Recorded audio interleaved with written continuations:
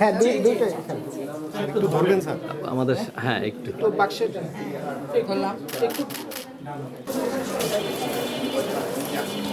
সবাইকে পিছিয়ে চলে আসি।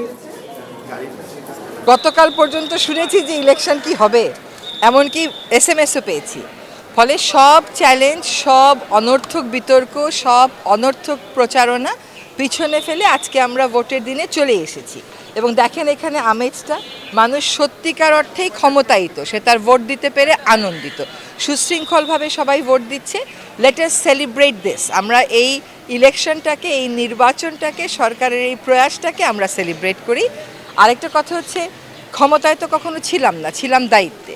দায়িত্ব তো সারা জীবনেরই একটা ব্যাপার, এটা প্রলম্বিত করা না করার তো কোনো ব্যাপার নাই।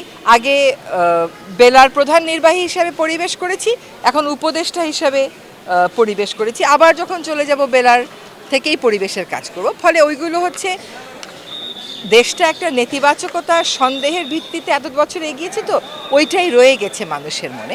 আজকে ইলেকশনের দিনে, এরকম শান্তিপূর্ণ ভোটের দিনে এটা প্রমাণিত হলো যে যত রকমের কথাবার্তা ছিল নেতিবাচক, সেগুলো আসলে একটাও আমাদের ক্ষেত্রে প্রযোজ্য না। ফলাফল ঘোষণাটা তো আসলে আমাদের বিষয় না, এটা নির্বাচন কমিশনের বিষয়। এবং গতকাল নির্বাচন কমিশন সকাল 11টা থেকে 12:30 পর্যন্ত এই নানান প্রশ্নের উত্তর দিয়েছে এবং তারা বলেছেন কোনোভাবেই আগামীকাল, তারা বলেছেন সকাল 10টা 11টা, ধরে নিলাম না হয় আগামীকাল দুপুর 12টা, এর বেশি তো যাওয়ার আর কোনো সুযোগ নেই।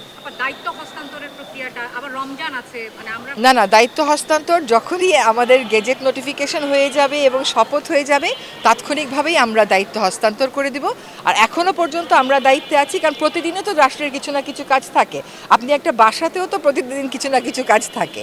ফলে দায়িত্বে আছি আমরা এখনও, যেই মুহূর্তে শপথ হয়ে যাবে সেই মুহূর্ত থেকে আমরা আর দায়িত্বে নেই।